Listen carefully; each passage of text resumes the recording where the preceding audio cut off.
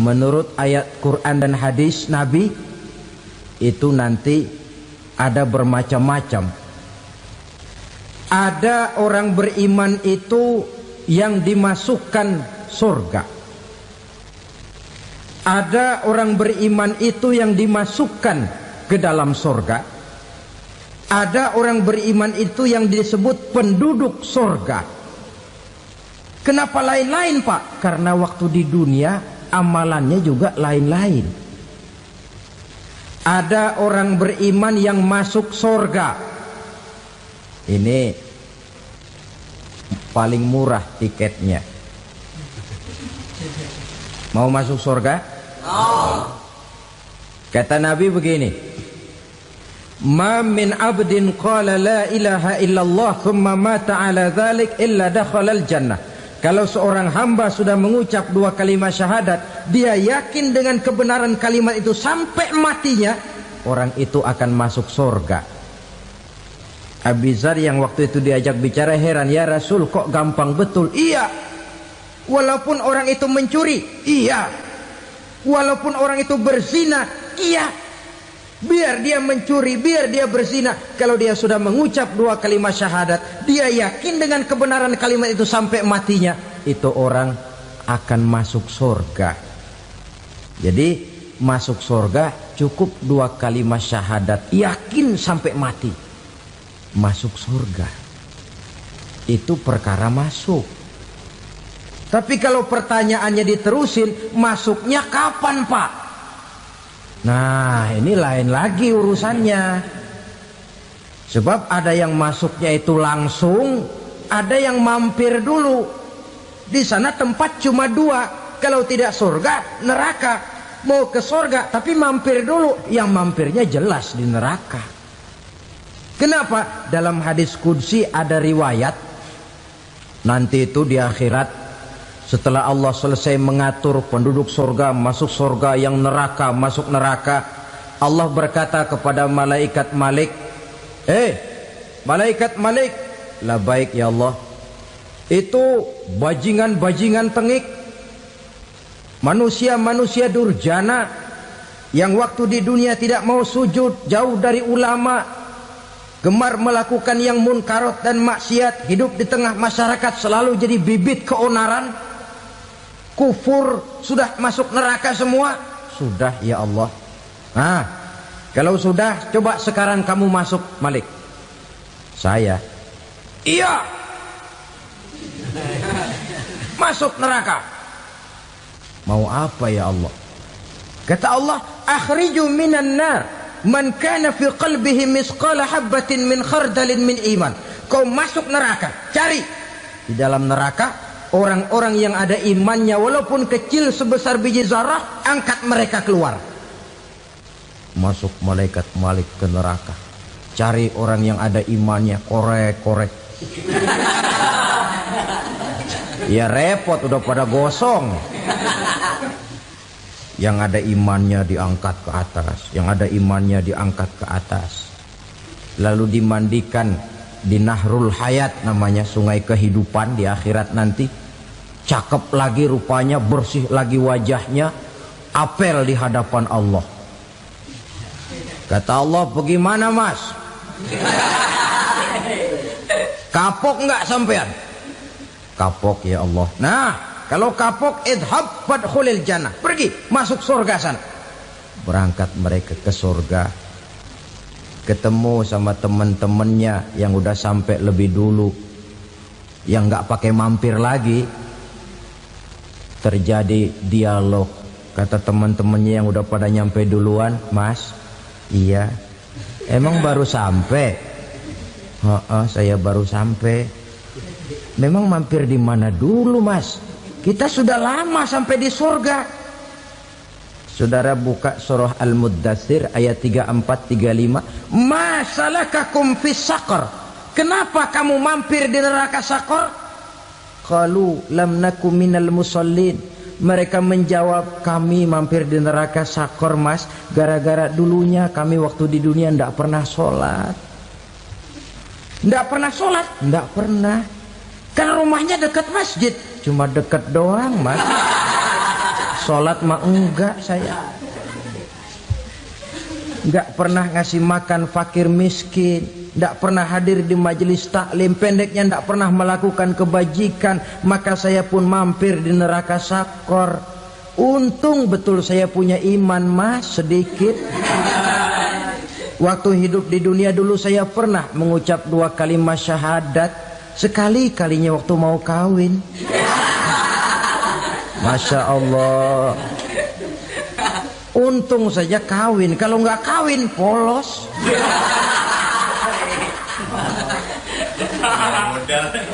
Itu juga pengulu sudah setengah mati ngajarin.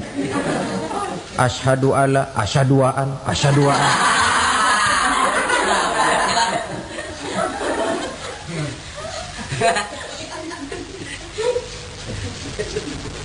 Ini namanya masuk surga, ada mampir dulu.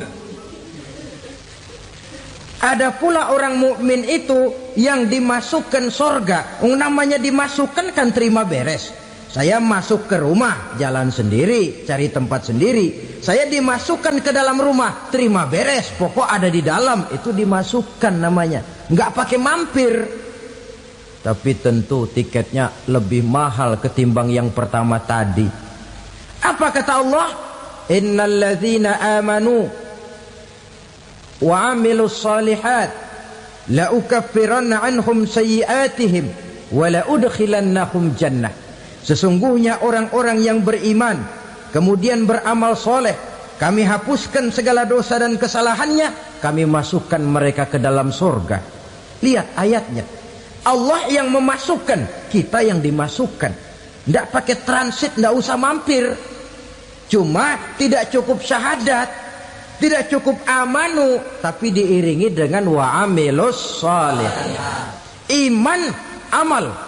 Tidak cukup syahadat, lalu dibuktikan dia sholat, dia zakat, puasa, lalu dia melakukan berbagai macam kebajikan.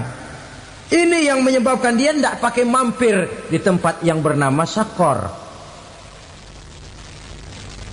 Lalu ada pula orang mukmin itu yang disebut penduduk sorga.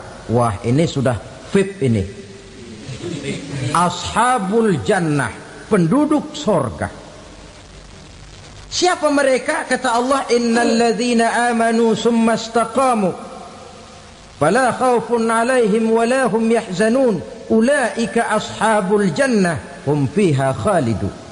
Sesungguhnya orang-orang yang beriman lalu istiqamah, tetap dalam melaksanakan perintah Allah, tidak goyah, tidak labil tapi stabil, istiqamah, mereka tidak takut dan tidak bersedih hati. Merekalah penduduk surga. Iman, istiqamah. Tidak punya duit, sembahyang. Banyak duit, sembahyang. Miskin, sembahyang. Kaya, tetap sembahyang. Istiqamah.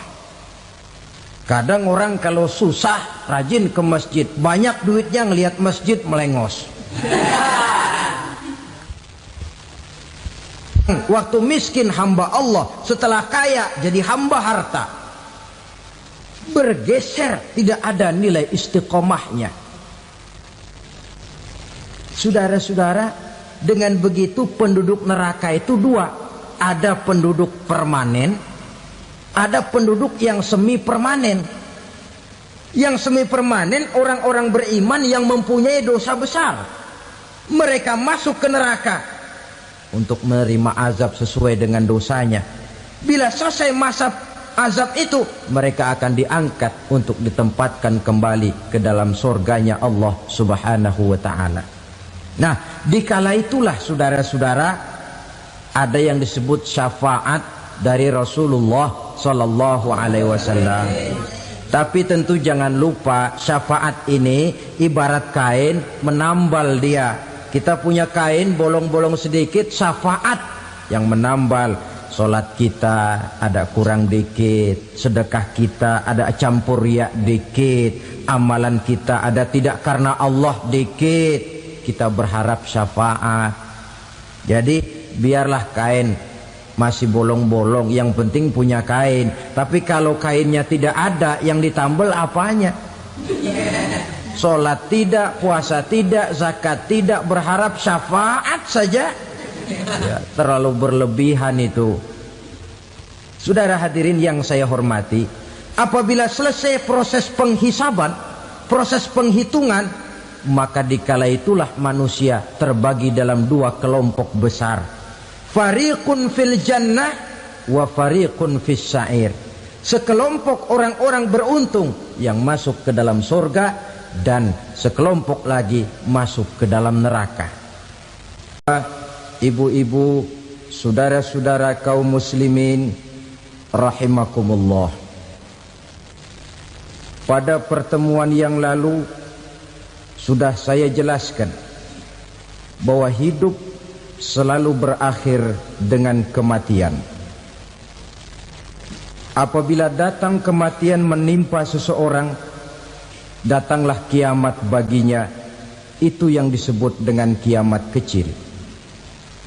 Hakikatnya mati adalah perpindahan dari kehidupan di dunia ini menuju kehidupan di alam barzakh.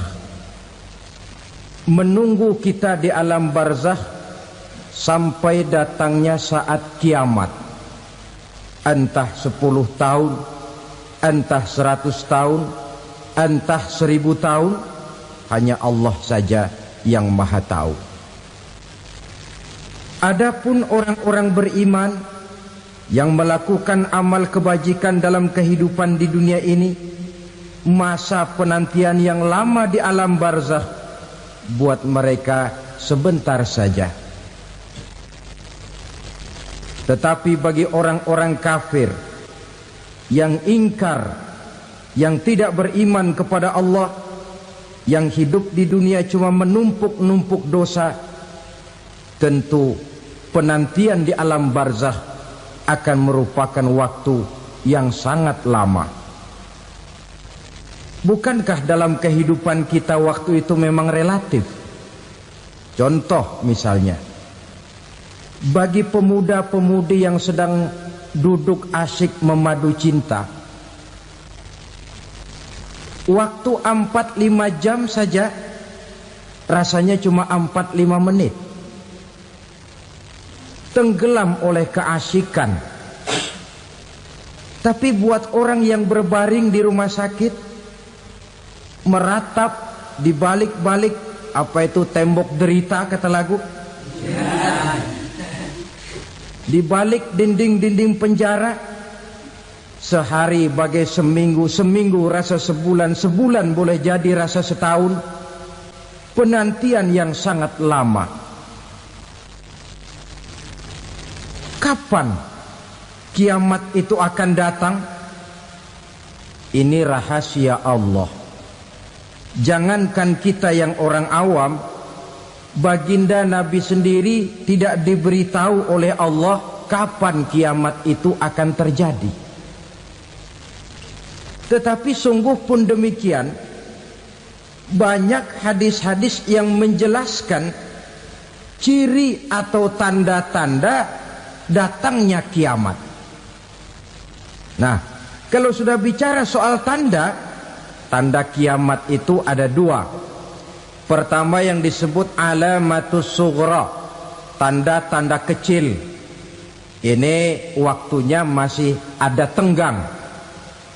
Ada yang dinamakan alamatul kubra, tanda-tanda besar. Artinya kiamat sudah diambang pintu.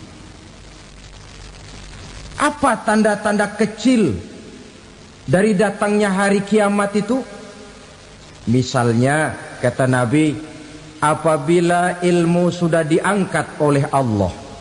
Artinya apabila ulama sudah banyak wafat, minat orang belajar agama berkurang, lalu kebodohan nampak merajalela di mana-mana, zina dikerjakan secara terbuka, minuman-minuman keras jadi kebanggaan, itu termasuk di antara tanda-tanda kecil terjadinya hari kiamat.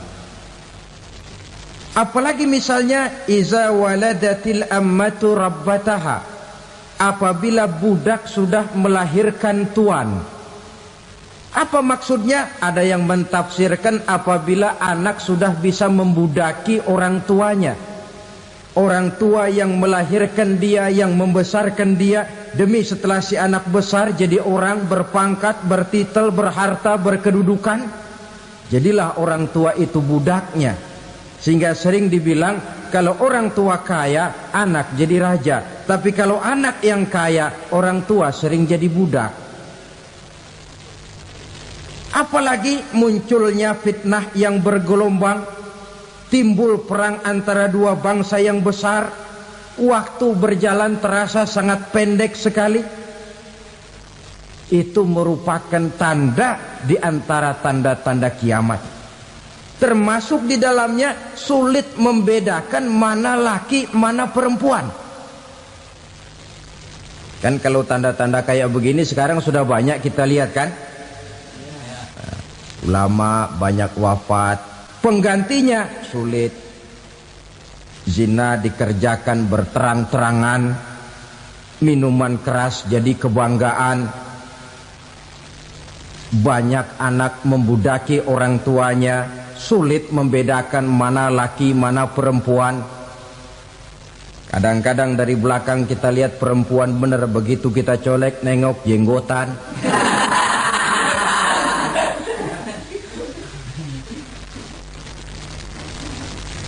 Ini termasuk tanda-tanda kecil, masih ada tenggang sampai akan terjadinya kiamat itu. Nah, yang dimaksud dengan tanda-tanda besar, ini tanda besar artinya kiamat sudah diambang pintu. Pertama, matahari terbit dari sebelah barat. Apabila matahari sudah terbit dari arah sebelah barat, tertutuplah sudah pintu taubat. Bersabda Nabi kita, la taqumus sa'atu hatta tatlu'a syamsu min maghribiha. Tidak akan datang hari kiamat sampai matahari terbit dari arah sebelah barat. Fa iza tala'at, manakala matahari telah terbit dari arah sebelah barat, wara'ahan nasu, manusia banyak menyaksikan itu, amanu ajma'un, mereka pun lalu beriman. Yang tadinya kafir, yang tadinya ingkar, yang tadinya membangkang, setelah melihat matahari terbit dari sebelah barat, buru-buru beriman, berlomba-lomba mengucap dua kalimat syahadat. Tapi apa yang terjadi? Kata Nabi, wadzalika hina la yanfa'u nafsan imanuha lam takun amanat min qabl. Hari itu adalah hari yang iman sudah tidak berguna lagi bagi seseorang apabila sebelumnya memang dia tidak pernah beriman. Au kasabat fi imaniha khaira, atau beriman tetapi tidak pernah melakukan kebajikan di dalam keimanannya itu. Hari yang sudah kasib, hari yang sudah terlambat, beriman tidak akan ada gunanya lagi. Ini pelajaran buat kita. Sebelum sang surya terbit dari sebelah barat, sebelum nafas sampai di tenggorokan, artinya pintu taubat masih terbuka. Kalau dua hal itu sudah terwujud, nafas sudah sampai di kerongkongan atau matahari sudah terbit dari arah sebelah barat, tertutuplah sudah pintu taubat. Tak ada lagi gunanya pangkat, jabatan, harta, bahkan beriman pun dalam suasana macam itu. Too late, kata orang Kulon. Sudah terlambat. Matahari terbit dari arah sebelah barat. Itu tanda besar, artinya kiamat sudah diambang pintu. Lalu apalagi tanda besar? Munculnya Dajjal. Dajjal artinya pendusta-pendusta yang menyesatkan manusia. Ada dua macam Dajjal, saudara. Ada Dajjal kecil. Ini Dajjal kelas teri. Kalau ini sejak zaman Rasulullah sudah ada itu. Tiap zaman ada. Di zaman Rasulullah misalnya ada yang bernama Aswad al-Unsi dari Yaman. Ada yang namanya Musailamah al-Kazzab dari Yamamah.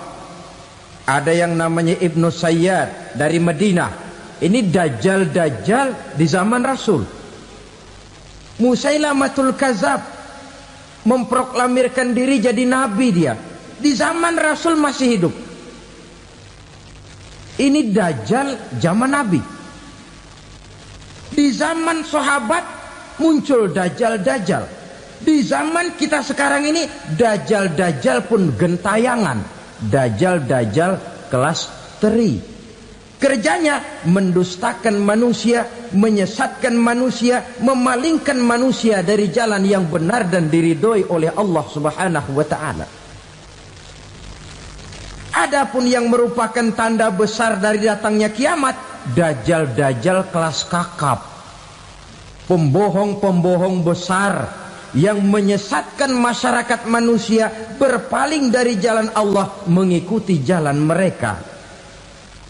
Apa sih ciri dajjal itu? Kata Nabi dalam hadis Bukhari Muslim, "Inna dajjala", sesungguhnya yang namanya dajjal itu yakhruju, satu saat akan muncul mendekati hari kiamat. Wa inna ma'ahu ma'an, si dajjal ini membawa air. Wa naran, dan juga membawa api. Dua simbol. Di tangan yang satu dia bawa air, di tangan yang satu dia bawa api.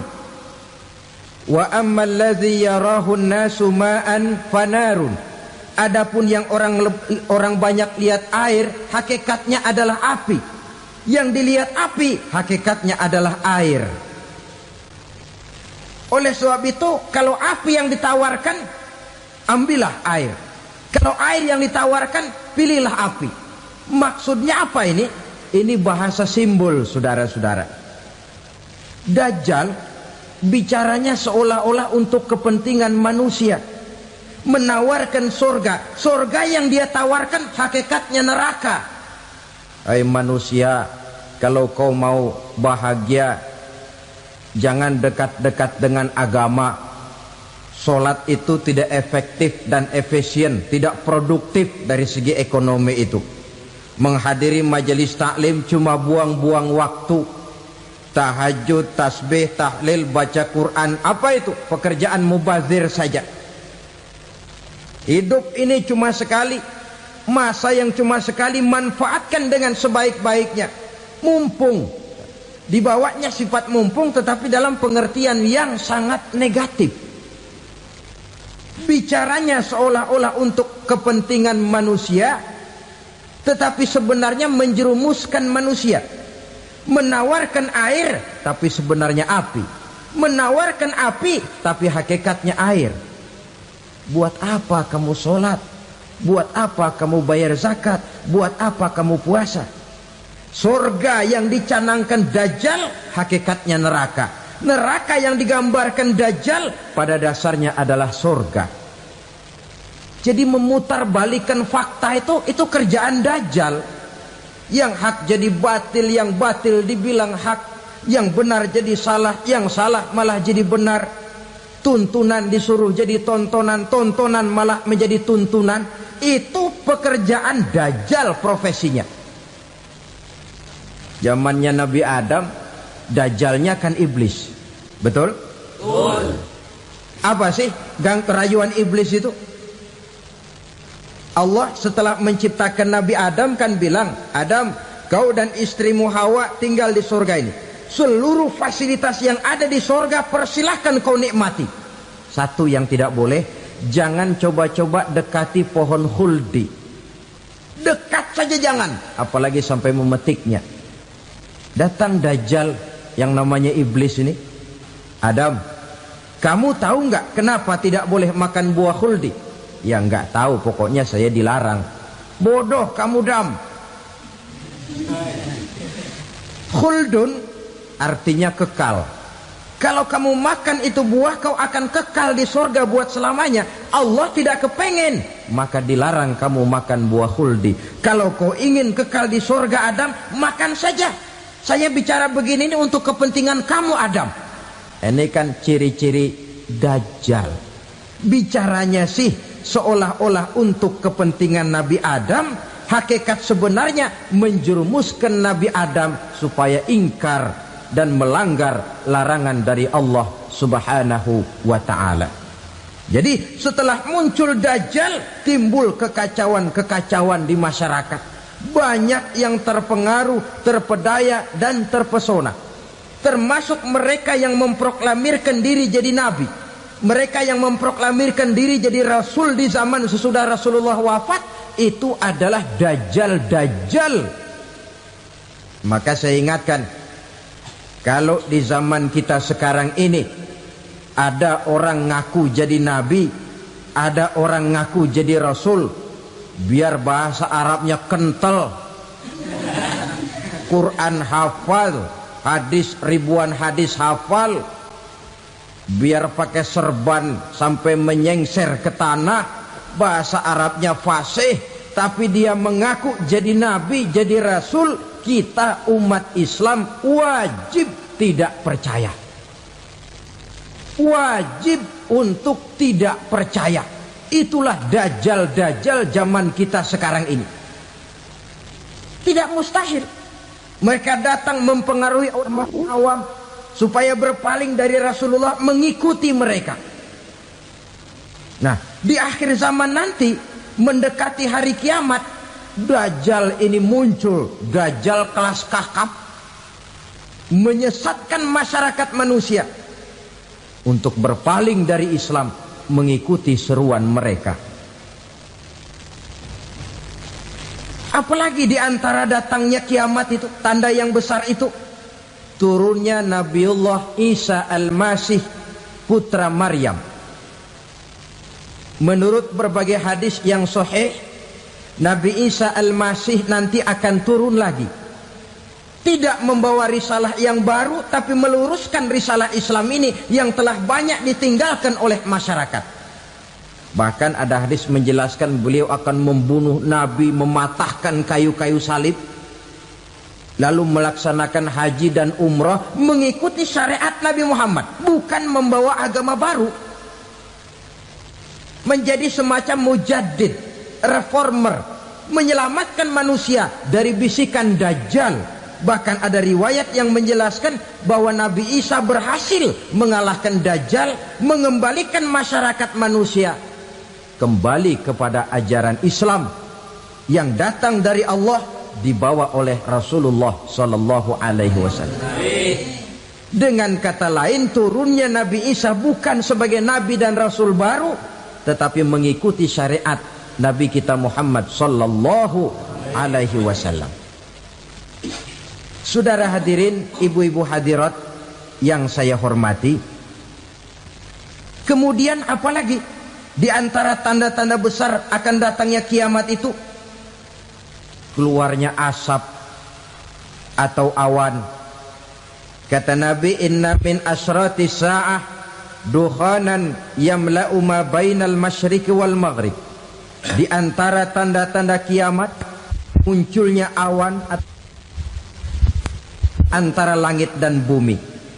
Ini pun diperkuat dalam surah Ad-Dukhan ayat 10. Fartaqib yauma ta'tis sama bidukhanim mubin fayughshan nas hadza azabun alim. Bagi orang-orang yang beriman, mereka biasa-biasa saja.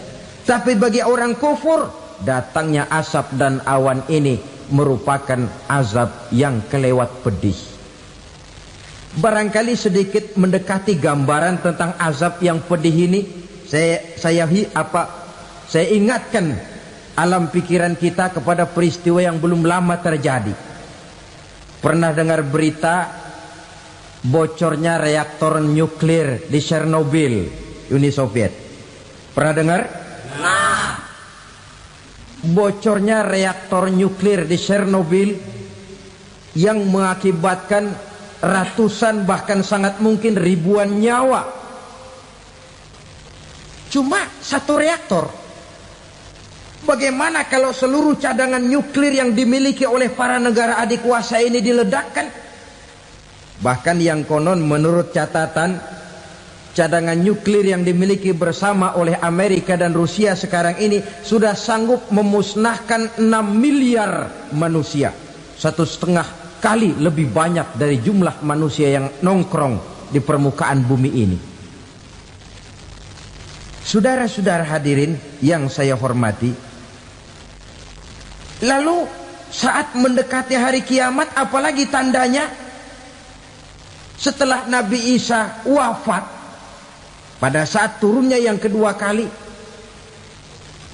lalu Allah meniupkan angin sejuk, semua orang-orang beriman, orang-orang baik wafat, sehingga penghuni bumi ini cuma tinggal lagi terdiri dari orang-orang kafir.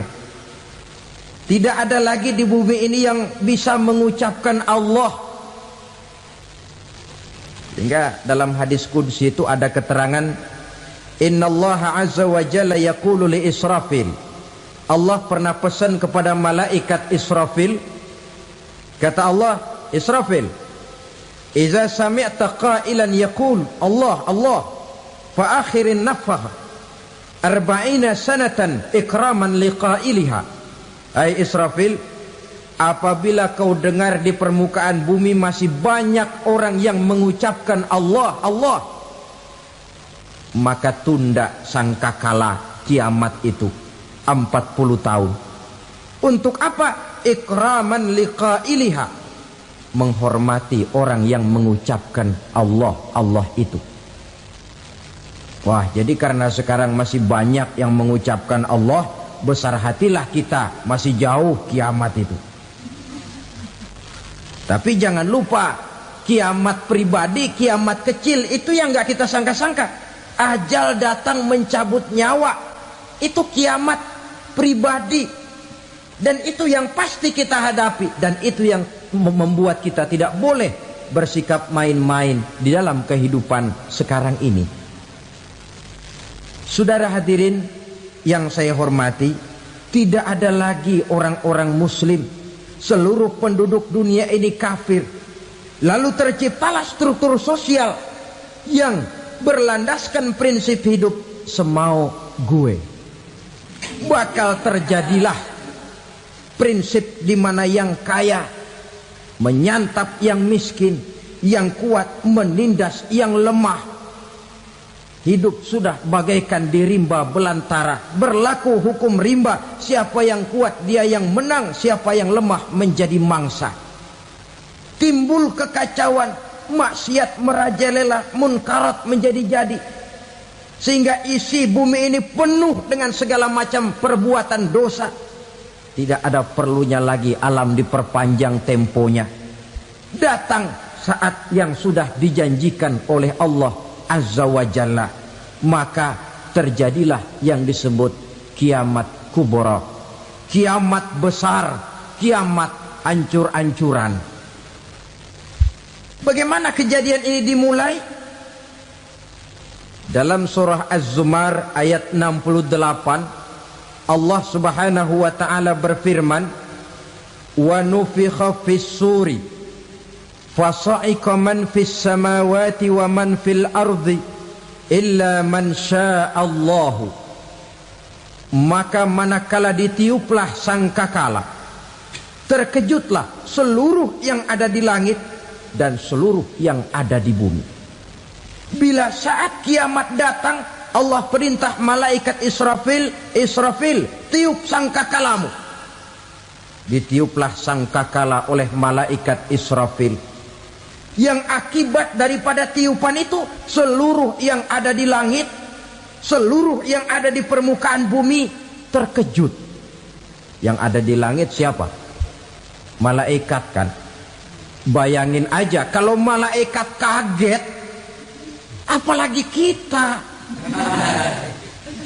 Terkejut seluruh makhluk yang ada di bumi, yang ada di langit mendengar suara sangkakala itu. Bunyinya tidak sanggup kita bayangkan dahsyatnya. Ledakan nuklir, ledakan neutron, belum apa-apa ketimbang bunyi sangkakala malaikat Israfil ini. Nah, lalu mendengar bunyi sangkakala ini, gemparlah makhluk, kacaulah alam. Bumi gempa, planet-planet bertabrakan, gunung meletus, air laut tumpah ke darat, angin topan bertiup, halilintar menyambar. Lalu semua yang bernama hidup mati total. Mati bareng tanpa persiapan. La haula wala quwata illa billah.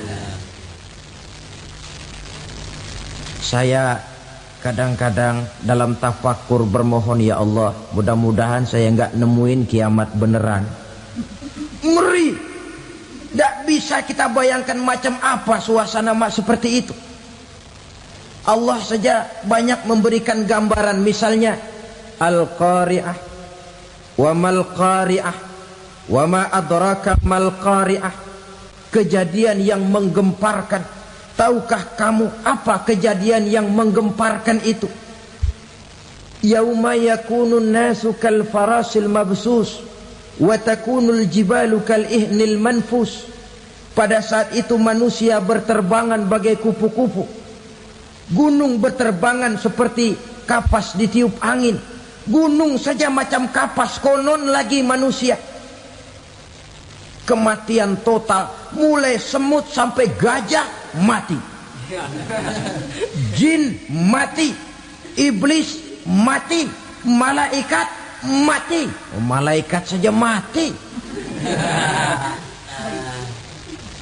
Saudara hadirin yang saya hormati, kematian total yang tanpa persiapan. Orang bilang, Pak, kalau mati bareng begitu yang repot malaikat maut dong ya. Cabut sana, cabut sini. Itu kalau menurut logika kita, mestinya begitu menurut logika. Tapi logika juga yang nggak perlu serepot itu.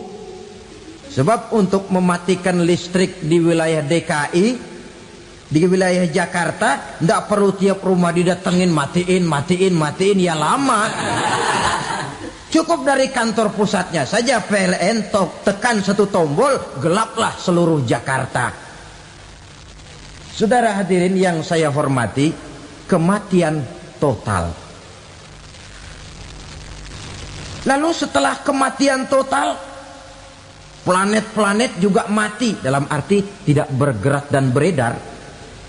Angin mati, dalam arti tidak bertiup. Air mati, dalam arti tidak ada riak gelombang. Pokoknya semua mati. Kullu nafsin za'iqatul maut. Semua yang bernafas mati. Dalam ayat lain, kullu man 'alaiha fan. Semua yang ada di permukaan bumi fana. Yang kekal cuma Allah Subhanahu wa ta'ala. Yang paling belakang mati malaikat maut dan malaikat Israfil. Tapi mati juga sesuai dengan janji Allah. 40 lamanya.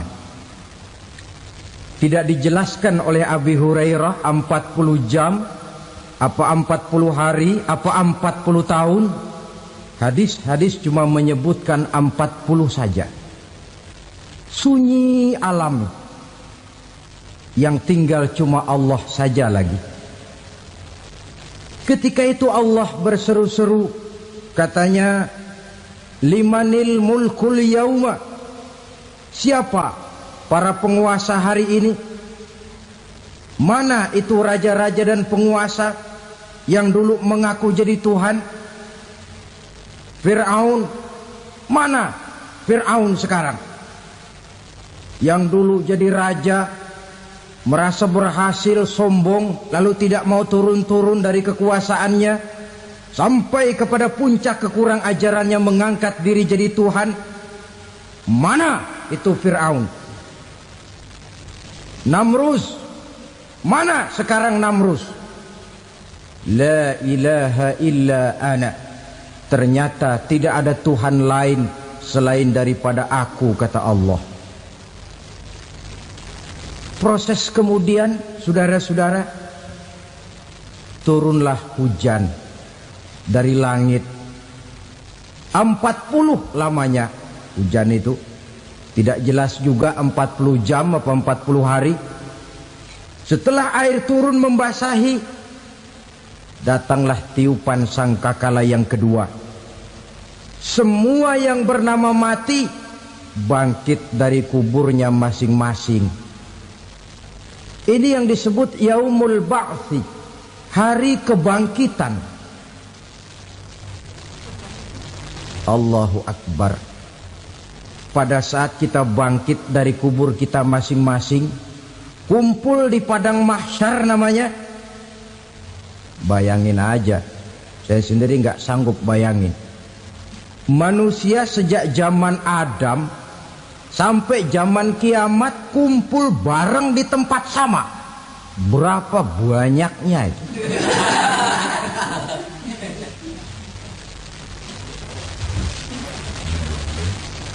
Dan yang luar biasa menurut satu riwayat, pada saat bangkit itu, Masya Allah, roman muka kita berubah, disesuaikan dengan amalan kita waktu di dunia ini. Barang siapa yang waktu di dunia amalannya itu amalan tikus, di akhirat nanti dia bangkit dari kubur, mukanya seperti muka tikus. Gagah betul badannya, tapi mukanya seperti tikus. Kenapa? Amalannya waktu di dunia seperti amalan tikus. Apa amalan tikus itu? Suka ngegeragoti barang yang sudah disimpan rapi-rapi. Orang sudah simpan uang rapi-rapi, simpan perhiasan rapi-rapi, digeragoti oleh tikus. Maling-maling, pencoleng-pencoleng, koruptor-koruptor. Itu nanti di akhirat nanti kita lihat mukanya seperti muka tikus. Oh ini waktu di dunia suka nyolong, mukanya seperti muka tikus. Barang siapa yang waktu di dunia ini amalannya itu amalan macan, dia akan bangkit nanti mukanya seperti muka macan. Apa amalan macan? Macan itu amalannya menang-menangan. Orang yang mau menang saja nggak mau mengalah. Coba lihat di hutan, kenal hutan nggak? Di hutan, raja hutan di mana-mana pasti macan. Betul kan? Betul. Padahal hutan belum pernah bikin pemilihan umum. Tapi macan tidak peduli ada pemilihan umum apa tidak, pokok saya raja. Sebab apa? Macan jadi raja itu bukan karena benar, tapi karena kuat jadi raja. Setelah dia jadi raja, rakyat hutan yang mesti dilindungi malah dimakan oleh raja macan. Kambing rakyat hutan dimakan oleh macan. Ayam rakyat hutan dimakan oleh macan. Itu nanti kita lihat di akhirat itu mukanya seperti muka macan, gagah betul. Lalu barang siapa yang di dunia ini amalannya itu seperti amalan anjing, nanti dia punya muka seperti muka anjing. Apa amalan anjing? Pertama, anjing itu kalau disuruh jaga rumah, dia tidak bisa membedakan mana maling, mana tamu. Biar yang datang maling, kalau bawa tulang, anjing kalem. Yang kedua, anjing itu akan setia kepada siapa saja yang memberinya roti. Siapa yang memberinya roti, itulah majikannya. Apa kata majikannya pasti dia laksanakan. Soal benar atau salah dia tidak peduli. Setelah anjing dapat roti, dia tidak punya pilihan lain kecuali bilang, abdi mah kumaha juragan wae ayeuna mah.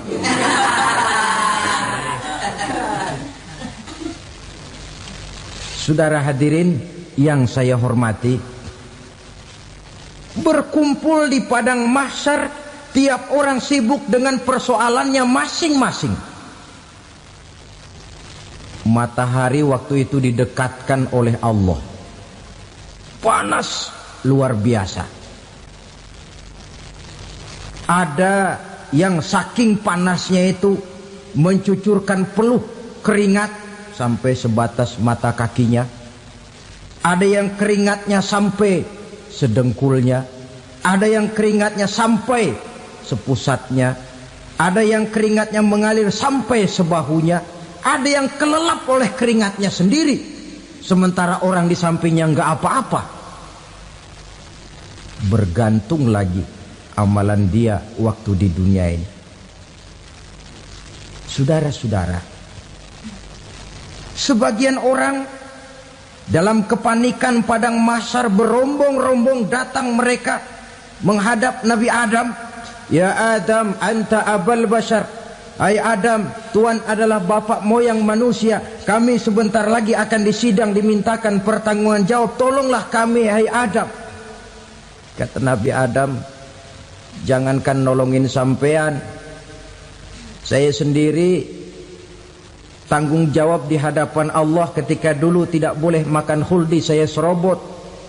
Sudahlah, urus diri masing-masing saja, nafsi. Begitu kata Nabi Nuh, begitu kata Nabi Ibrahim. Tiap orang bertanggung jawab sendiri-sendiri.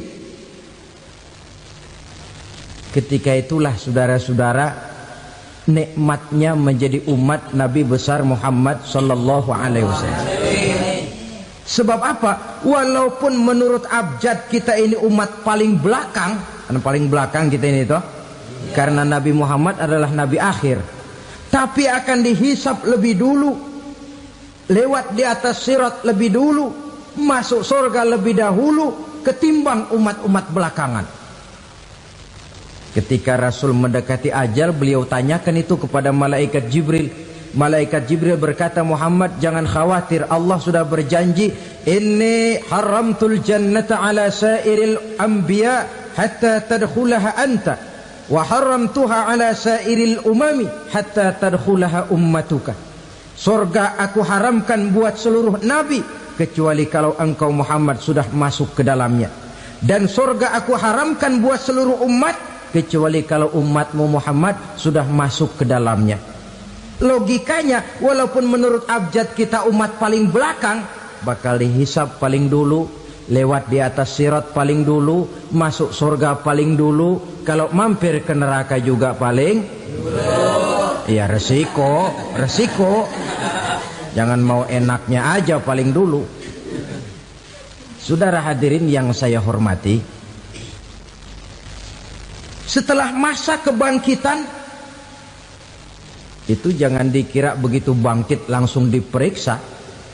Masih menunggu menanti ribuan tahun perhitungan padang mahsyar untuk sampai kepada proses yang disebut yaumul hisab, hari perhitungan.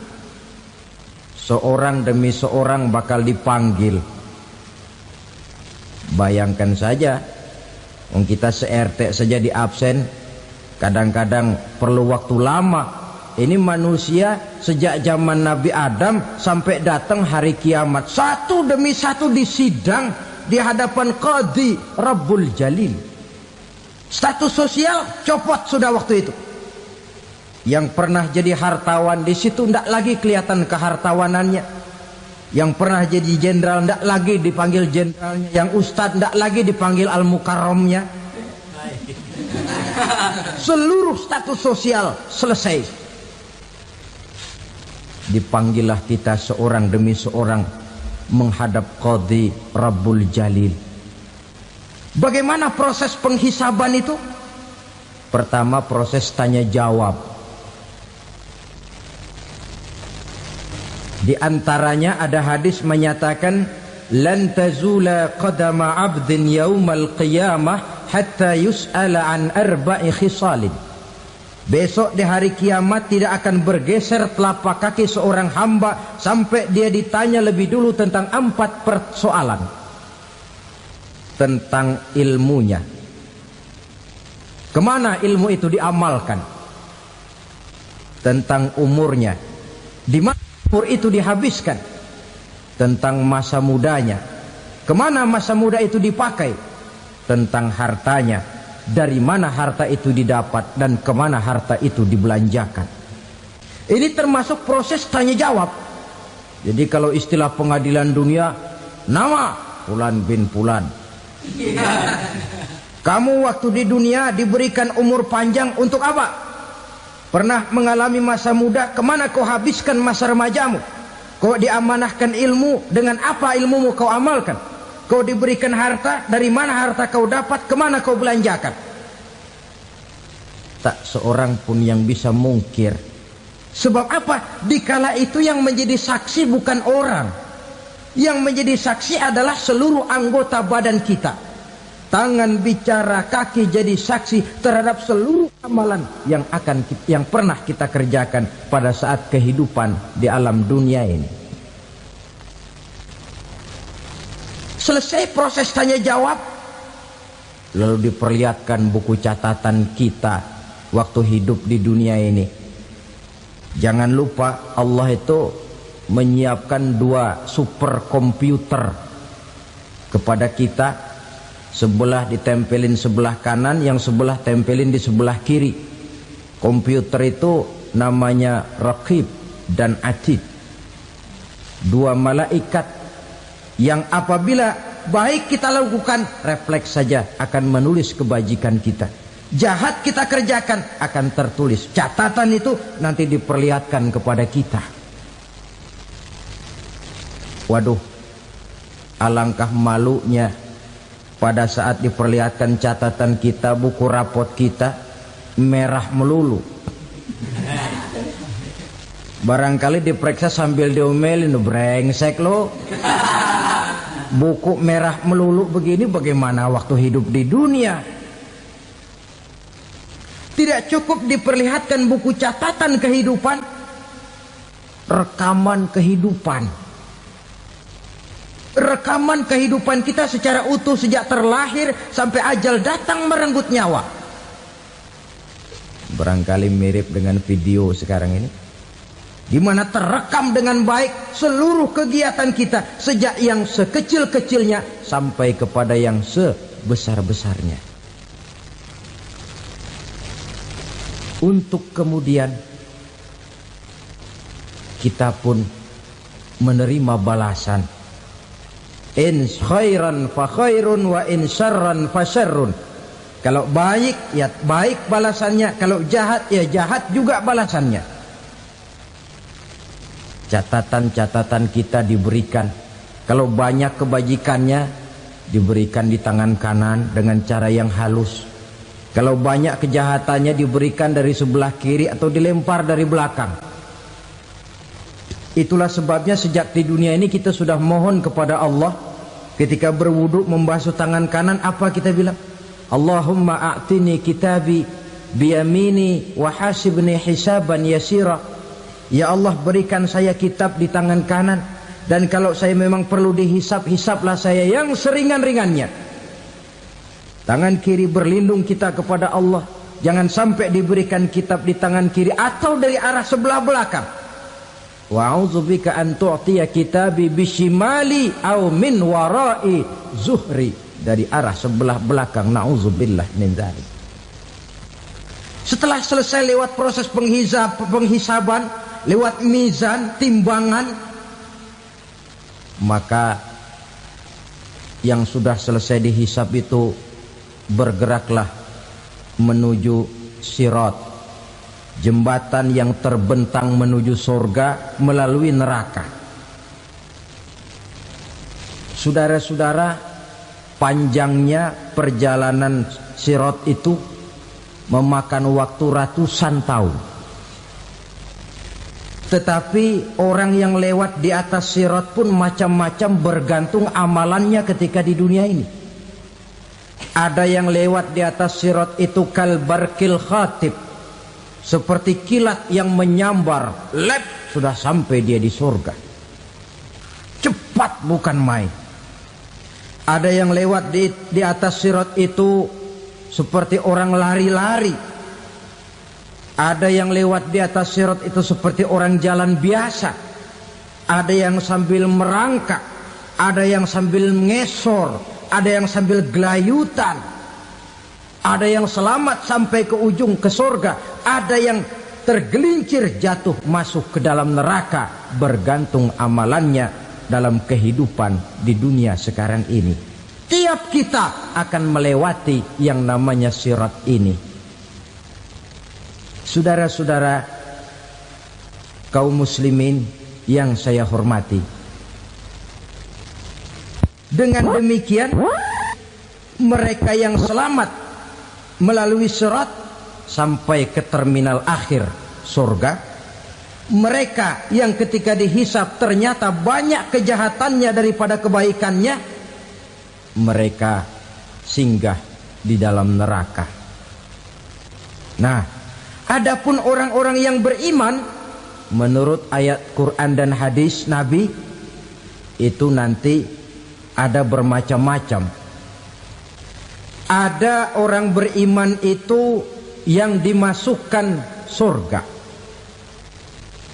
Ada orang beriman itu yang dimasukkan ke dalam surga. Ada orang beriman itu yang disebut penduduk surga. Kenapa lain-lain, Pak? Karena waktu di dunia amalannya juga lain-lain. Ada orang beriman yang masuk surga. Ini paling murah tiketnya. Mau masuk surga? Kata Nabi begini, ma min abdin qala la ilaha illallah thumma mata ala dhalik illa dakhalal jannah. Kalau seorang hamba sudah mengucap dua kalimat syahadat, dia yakin dengan kebenaran kalimat itu sampai matinya, orang itu akan masuk surga. Abi Dzar yang waktu itu diajak bicara heran, ya Rasul kok gampang betul? Iya, walaupun orang itu mencuri, iya, walaupun orang itu berzina, iya, biar dia mencuri, biar dia berzina, kalau dia sudah mengucap dua kalimat syahadat, dia yakin dengan kebenaran kalimat itu sampai matinya, itu orang akan masuk surga. Jadi masuk surga cukup dua kalimat syahadat, yakin sampai mati, masuk surga. Itu perkara masuk. Tapi kalau pertanyaannya diterusin, masuknya kapan, Pak? Nah, ini lain lagi urusannya. Sebab ada yang masuknya itu langsung, ada yang mampir dulu. Di sana tempat cuma dua, kalau tidak surga, neraka. Mau ke surga tapi mampir dulu, yang mampirnya jelas di neraka. Kenapa? Dalam hadis qudsi ada riwayat, nanti itu di akhirat, setelah Allah selesai mengatur penduduk surga masuk surga, yang neraka masuk neraka, Allah berkata kepada malaikat Malik, malaikat Malik, labaik ya Allah, itu bajingan-bajingan tengik, manusia-manusia durjana yang waktu di dunia tidak mau sujud, jauh dari ulama, gemar melakukan yang munkarat dan maksiat, hidup di tengah masyarakat selalu jadi bibit keonaran, kufur, sudah masuk neraka semua. Sudah ya Allah. Nah, kalau sudah, coba sekarang kamu masuk, Malik. Saya, iya, masuk neraka. Mau apa ya Allah? Kata Allah, akhriju minan nar man kana fi qalbihi misqala habatin min khardalin min iman. Kau masuk neraka, cari di dalam neraka orang-orang yang ada imannya walaupun kecil sebesar biji zarah, angkat mereka keluar. Masuk malaikat Malik ke neraka, cari orang yang ada imannya, korek-korek. Ya repot, udah pada gosong. Yang ada imannya diangkat ke atas, yang ada imannya diangkat ke atas, lalu dimandikan di Nahrul Hayat, namanya sungai kehidupan di akhirat nanti. Cakep lagi rupanya, bersih lagi wajahnya, apel di hadapan Allah. Kata Allah, bagaimana mas? Kapok nggak sampean? Kapok ya Allah. Nah, kalau kapok, idhab fadkhulil jannah, pergi masuk surga sana. Berangkat mereka ke surga. ketemu sama teman-temannya yang udah sampai lebih dulu, yang nggak pakai mampir lagi. Terjadi dialog. Kata teman-temannya yang udah pada nyampe duluan, "Mas, iya, emang baru sampai?" Saya baru sampai." "Memang mampir di mana dulu, Mas? Kita sudah lama sampai di surga." Saudara buka surah Al-Muddatsir ayat 34-35. "Ma salakakum fis saqar?" Kenapa kamu mampir di neraka Sakor? Qalu lam naku minal musallin. Mereka menjawab, kami mampir di neraka Sakor, Mas, gara-gara dulunya kami waktu di dunia ndak pernah sholat. Ndak pernah sholat? Ndak pernah. Kan rumahnya dekat masjid. Cuma dekat doang, Mas. Sholat mah enggak saya. Nggak pernah ngasih makan fakir miskin, nggak pernah hadir di majelis taklim, pendeknya nggak pernah melakukan kebajikan, maka saya pun mampir di neraka Sakor. Untung betul saya punya iman, Mas, sedikit. Waktu hidup di dunia dulu saya pernah mengucap 2 kalimat syahadat, sekali-kalinya waktu mau kawin. Masya Allah. Untung saja kawin, kalau nggak kawin polos.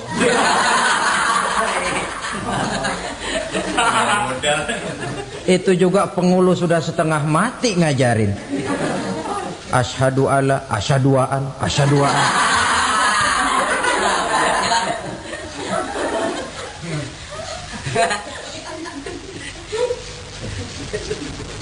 Ini namanya masuk surga, ada mampir dulu. Ada pula orang mukmin itu yang dimasukkan surga. Namanya dimasukkan kan terima beres. Saya masuk ke rumah, jalan sendiri, cari tempat sendiri. Saya dimasukkan ke dalam rumah, terima beres, pokok ada di dalam, itu dimasukkan namanya. Nggak pakai mampir. Tapi tentu tiketnya lebih mahal ketimbang yang pertama tadi. Apa kata Allah? Innal ladzina amanu wa amilus salihat la ukaffiranna anhum sayyi'atihim wa la udkhilannahum jannah. Sesungguhnya orang-orang yang beriman kemudian beramal soleh, kami hapuskan segala dosa dan kesalahannya, kami masukkan mereka ke dalam surga. Lihat ayatnya, Allah yang memasukkan, kita yang dimasukkan. Tidak pakai transit, tidak usah mampir. Cuma tidak cukup syahadat, tidak cukup amanu, tapi diiringi dengan wa'amilus salih. Iman, amal.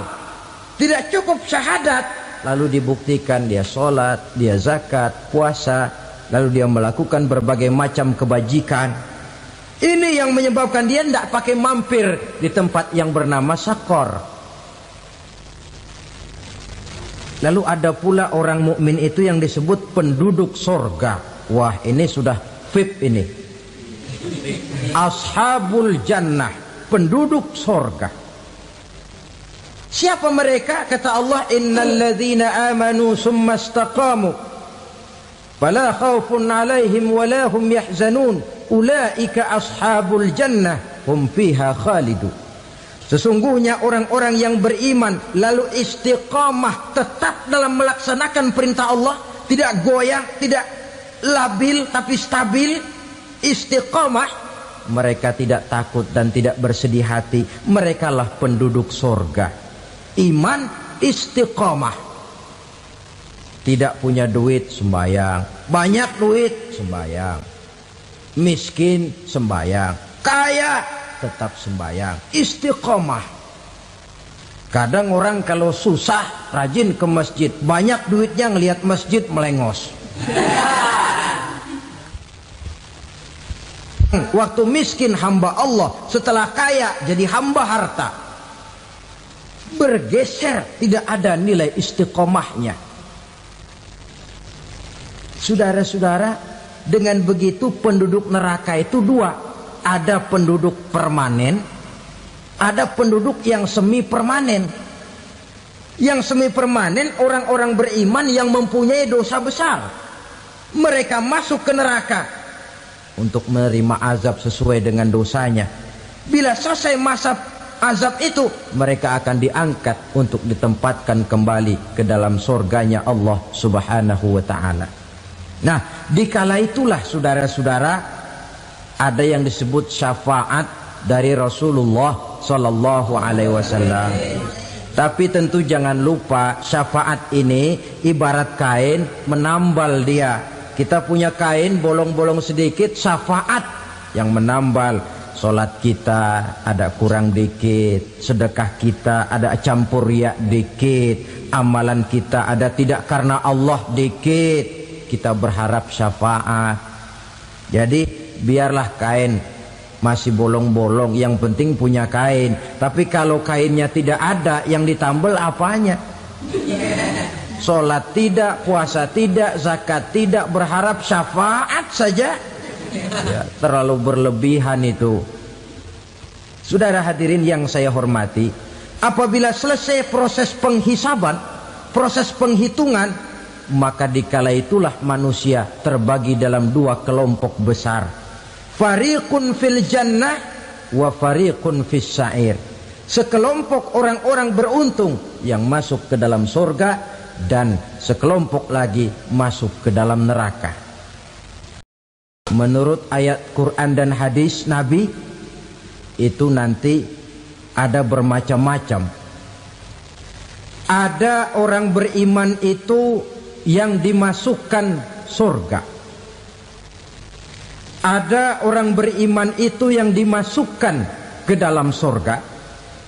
Ada orang beriman itu yang disebut penduduk surga. Kenapa lain-lain, Pak? Karena waktu di dunia amalannya juga lain-lain. Ada orang beriman yang masuk surga. Ini paling murah tiketnya.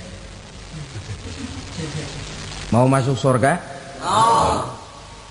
Kata Nabi begini, ma min abdin qala la ilaha illallah thumma mata ala dhalik illa dakhala al jannah. Kalau seorang hamba sudah mengucap dua kalimat syahadat, dia yakin dengan kebenaran kalimat itu sampai matinya, orang itu akan masuk surga. Abi Dzar yang waktu itu diajak bicara heran, ya Rasul kok gampang betul? Iya. Walaupun orang itu mencuri, iya. Walaupun orang itu berzina, iya. Biar dia mencuri, biar dia berzina, kalau dia sudah mengucap dua kalimat syahadat, dia yakin dengan kebenaran kalimat itu sampai matinya, itu orang akan masuk surga. Jadi masuk surga cukup dua kalimat syahadat, yakin sampai mati, masuk surga. Itu perkara masuk. Tapi kalau pertanyaannya diterusin, masuknya kapan, Pak? Nah, ini lain lagi urusannya. Sebab ada yang masuknya itu langsung, ada yang mampir dulu. Di sana tempat cuma dua, kalau tidak surga, neraka. Mau ke surga tapi mampir dulu, yang mampirnya jelas di neraka.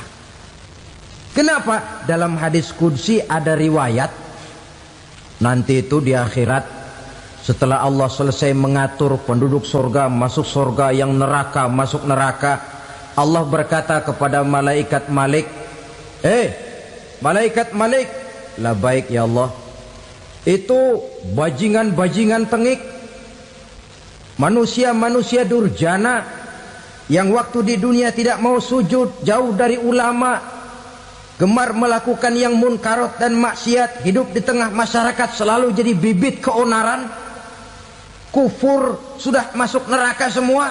Sudah ya Allah. Nah, kalau sudah, coba sekarang kamu masuk, Malik. Saya, iya, masuk neraka. Mau apa ya Allah? Kata Allah, akhriju minan nar man kana fi qalbihi misqala habatin min khardalin min iman. Kau masuk neraka, cari di dalam neraka orang-orang yang ada imannya walaupun kecil sebesar biji zarah, angkat mereka keluar. Masuk malaikat Malik ke neraka, cari orang yang ada imannya, korek-korek. Ya repot, udah pada gosong. Yang ada imannya diangkat ke atas, yang ada imannya diangkat ke atas. lalu dimandikan di Nahrul Hayat, namanya sungai kehidupan di akhirat nanti. Cakep lagi rupanya, bersih lagi wajahnya, apel di hadapan Allah. Kata Allah, bagaimana mas? Kapok nggak sampean? Kapok ya Allah. Nah, kalau kapok, idhab fadkhulil jannah, pergi masuk surga sana. Berangkat mereka ke surga, ketemu sama teman-temannya yang udah sampai lebih dulu, yang nggak pakai mampir lagi. Terjadi dialog. Kata teman-temannya yang udah pada nyampe duluan, mas, iya, emang baru sampai? Saya baru sampai. Memang mampir di mana dulu mas? Kita sudah lama sampai di surga. Saudara buka surah Al-Muddatsir ayat 34-35. Masalakakum fis saqar? Kenapa kamu mampir di neraka Saqar? Qalu lam naku minal musallin. Mereka menjawab, kami mampir di neraka Saqar mas, gara-gara dulunya kami waktu di dunia ndak pernah sholat. Ndak pernah sholat? Ndak pernah. Kan rumahnya dekat masjid, cuma dekat doang mas. Sholat mah enggak saya. Nggak pernah ngasih makan fakir miskin, nggak pernah hadir di majelis taklim, pendeknya nggak pernah melakukan kebajikan, maka saya pun mampir di neraka Saqar. Untung betul saya punya iman mas, sedikit. Waktu hidup di dunia dulu saya pernah mengucap 2 kalimat syahadat, sekali-kalinya waktu mau kawin. Masya Allah. Untung saja kawin, kalau nggak kawin polos.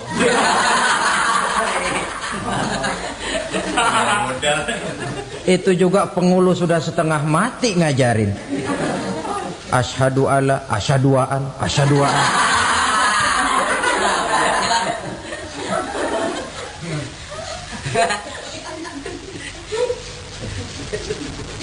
Ini namanya masuk surga, ada mampir dulu.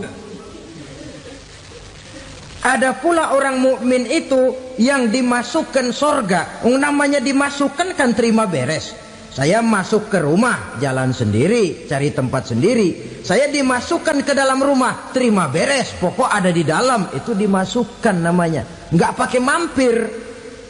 Tapi tentu tiketnya lebih mahal ketimbang yang pertama tadi. Apa kata Allah? Innal ladzina amanu wa amilus salihat la ukaffiranna anhum sayyi'atihim wa la udkhilannahum jannah. Sesungguhnya orang-orang yang beriman kemudian beramal soleh, kami hapuskan segala dosa dan kesalahannya, kami masukkan mereka ke dalam surga. Lihat ayatnya, Allah yang memasukkan, kita yang dimasukkan. Tidak pakai transit, tidak usah mampir. Cuma tidak cukup syahadat, tidak cukup amanu, tapi diiringi dengan wa'amilus salih. Iman, amal.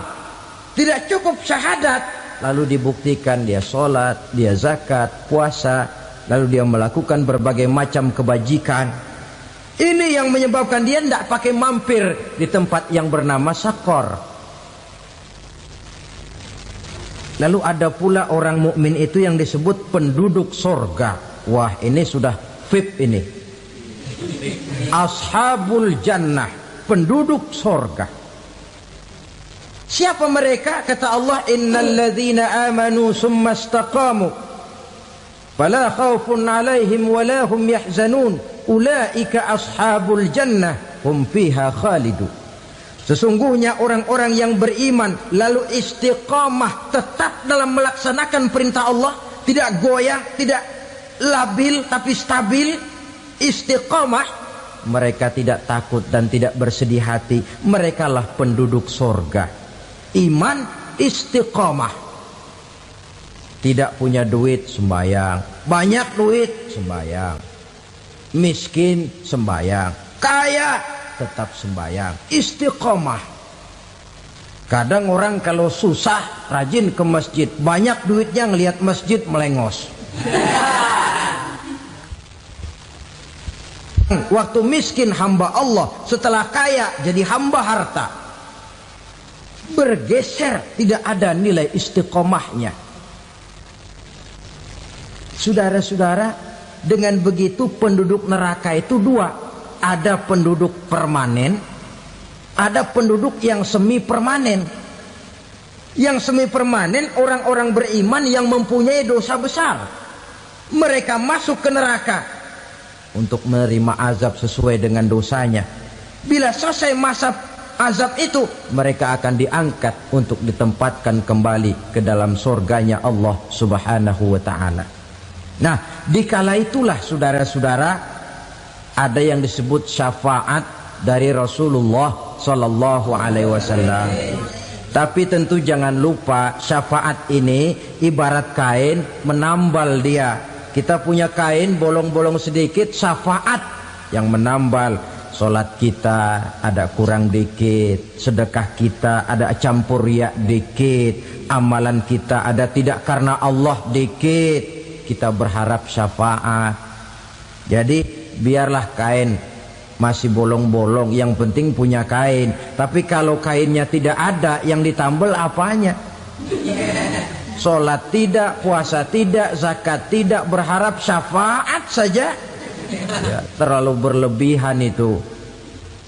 Saudara hadirin yang saya hormati, apabila selesai proses penghisaban, proses penghitungan, maka dikala itulah manusia terbagi dalam dua kelompok besar. Fariqun fil jannah wa fariqun fis sa'ir. Sekelompok orang-orang beruntung yang masuk ke dalam surga, dan sekelompok lagi masuk ke dalam neraka. Ibu-ibu, saudara-saudara kaum muslimin rahimakumullah,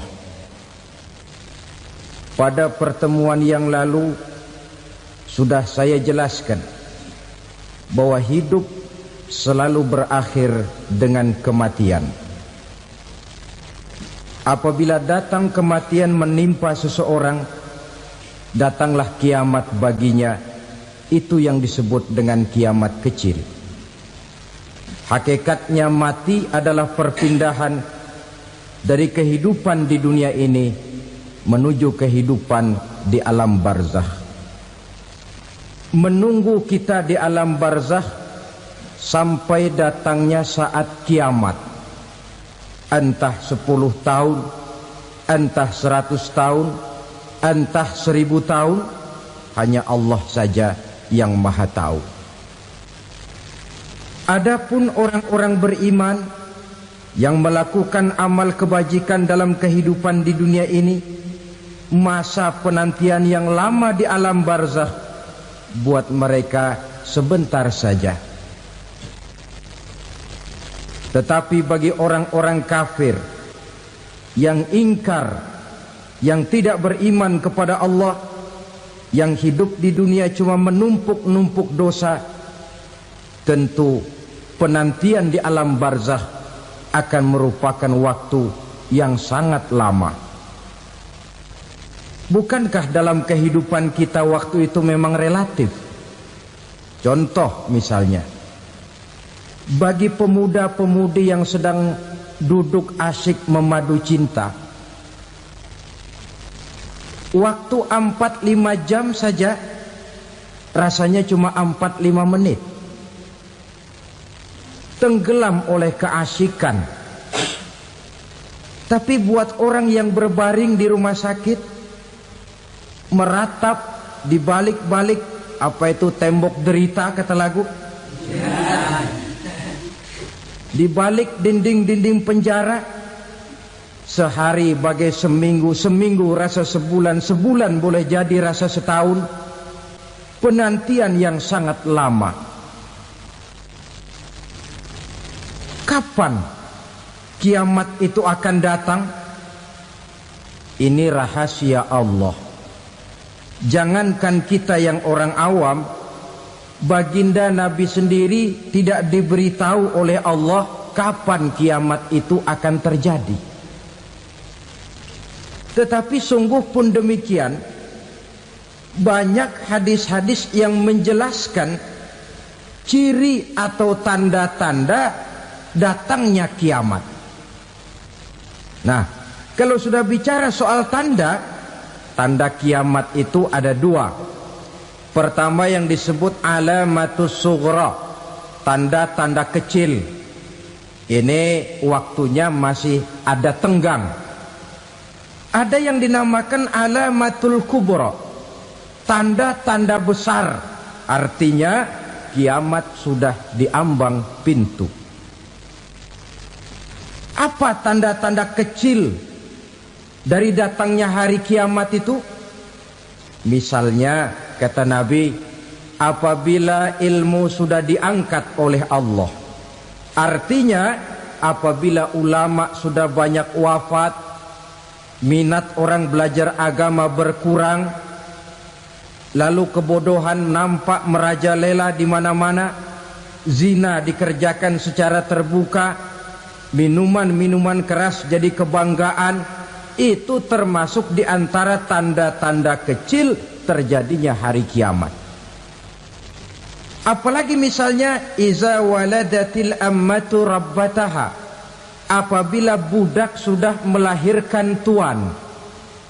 Apa maksudnya? Ada yang mentafsirkan apabila anak sudah bisa membudaki orang tuanya. Orang tua yang melahirkan dia, yang membesarkan dia, demi setelah si anak besar jadi orang berpangkat, bertitel, berharta, berkedudukan. Jadilah orang tua itu budaknya. Sehingga sering dibilang kalau orang tua kaya, anak jadi raja. Tapi kalau anak yang kaya, orang tua sering jadi budak. Apalagi munculnya fitnah yang bergelombang, timbul perang antara dua bangsa yang besar, waktu berjalan terasa sangat pendek sekali. Itu merupakan tanda di antara tanda-tanda kiamat. Termasuk di dalamnya sulit membedakan mana laki, mana perempuan. Kan kalau tanda-tanda kayak begini sekarang sudah banyak kita lihat kan. Ulama banyak wafat, penggantinya sulit. Zina dikerjakan berterang-terangan, minuman keras jadi kebanggaan, banyak anak membudaki orang tuanya, sulit membedakan mana laki mana perempuan. Kadang-kadang dari belakang kita lihat perempuan bener, begitu kita colek nengok jenggotan.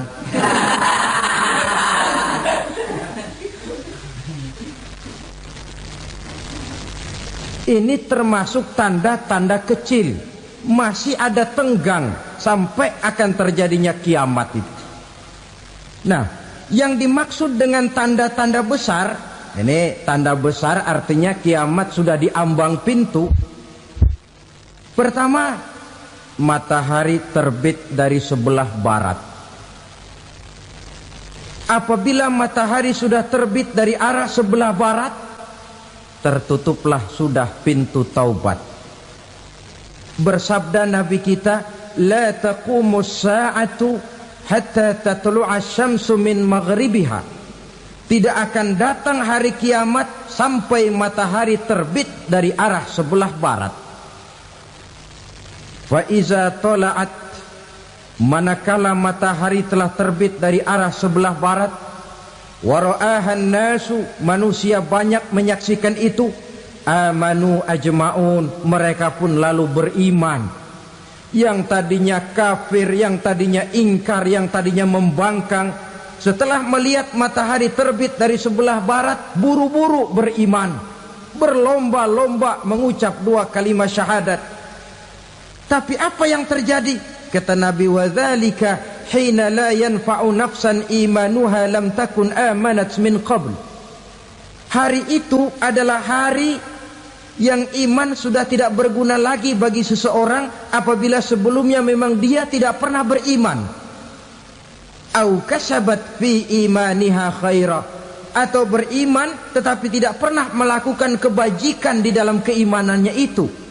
Hari yang sudah kasib, hari yang sudah terlambat, beriman tidak akan ada gunanya lagi. Ini pelajaran buat kita.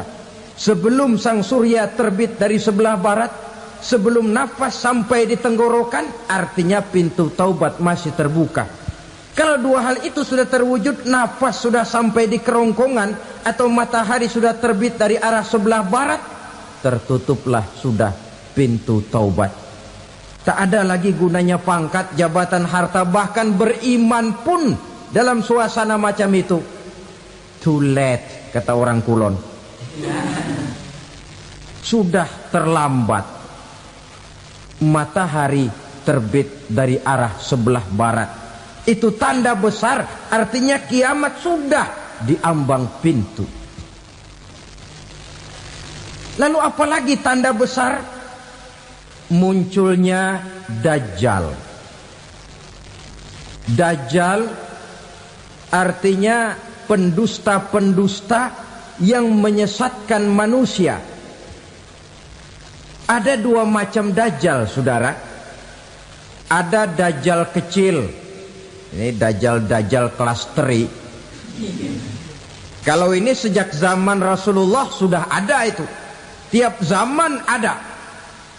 Di zaman Rasulullah misalnya ada yang bernama Aswad al-Unsi dari Yaman. Ada yang namanya Musailamah al-Kazzab dari Yamamah. Ada yang namanya Ibnu Sayyad dari Madinah. Ini Dajjal di zaman Rasul. Musailamatul Kazzab memproklamirkan diri jadi nabi dia. Di zaman Rasul masih hidup. Ini Dajjal zaman Nabi. Di zaman sahabat muncul Dajjal. Di zaman kita sekarang ini Dajjal pun gentayangan. Dajjal kelas teri.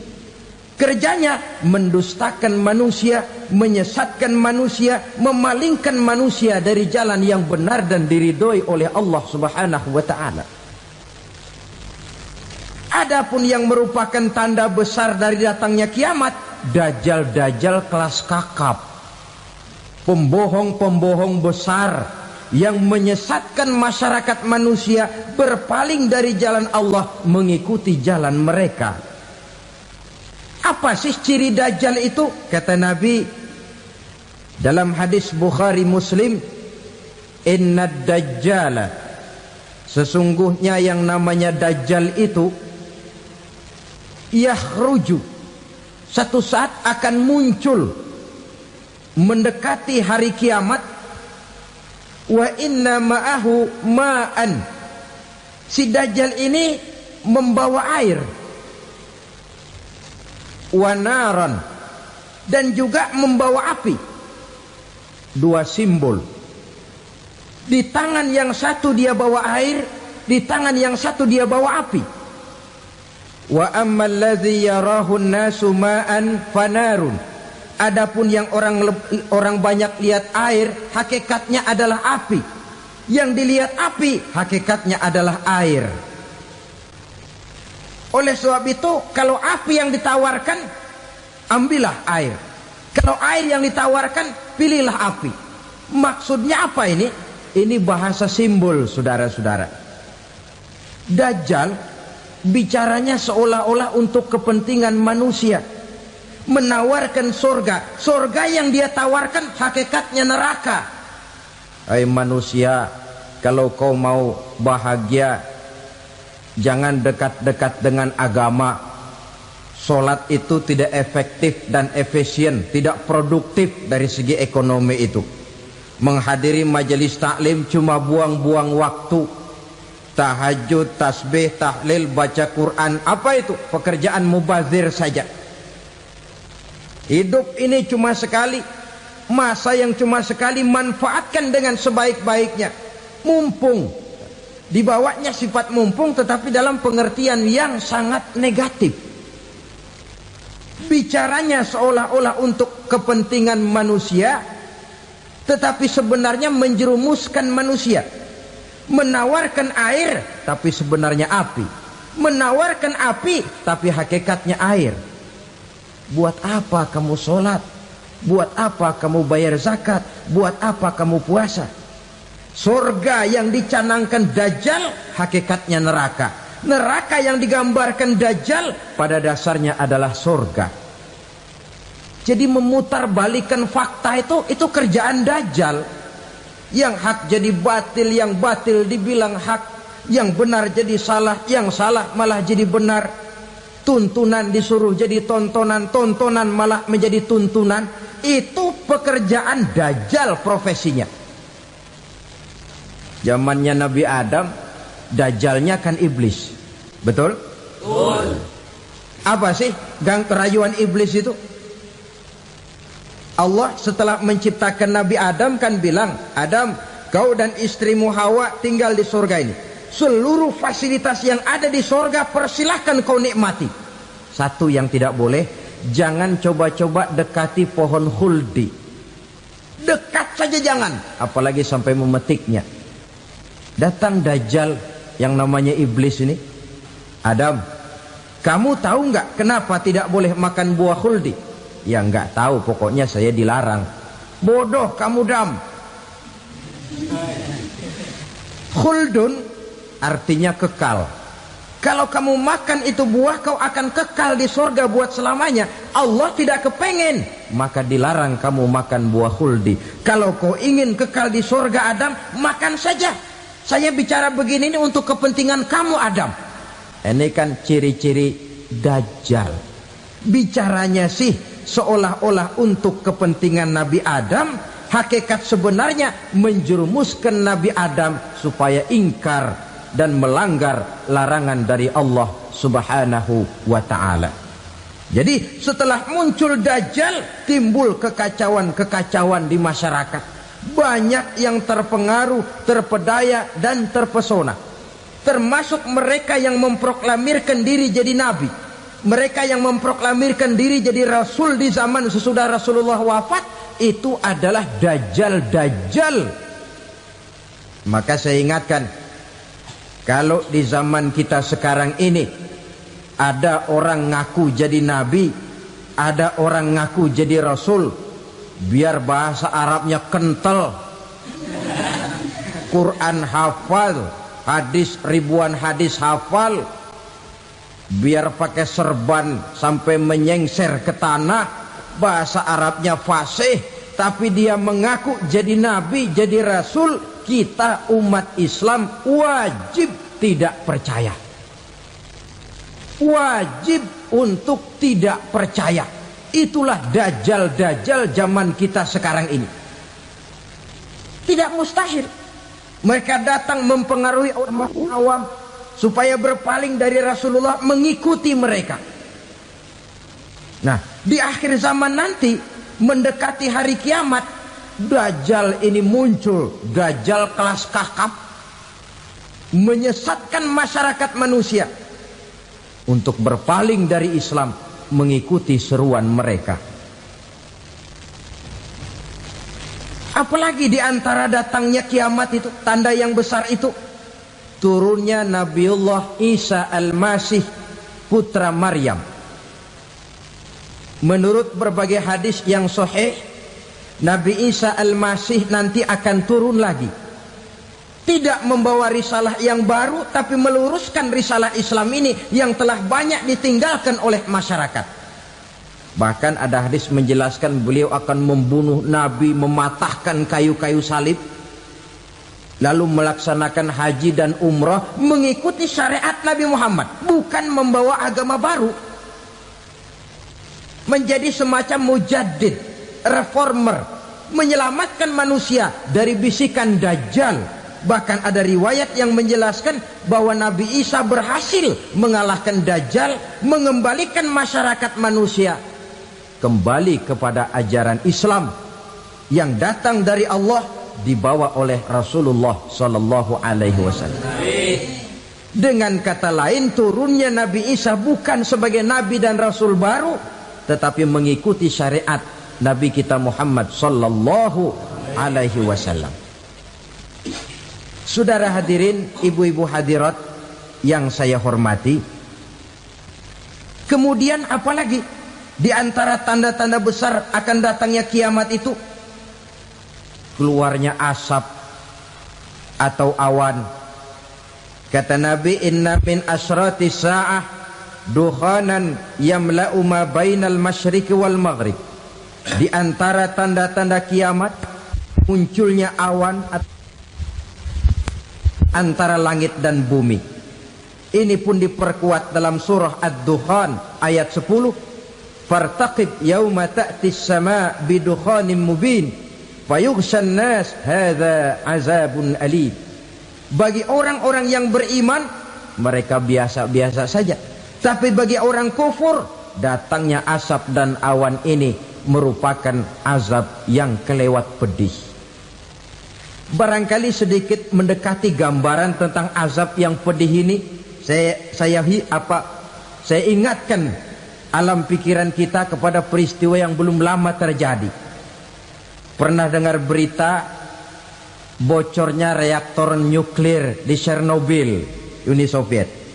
Pernah dengar?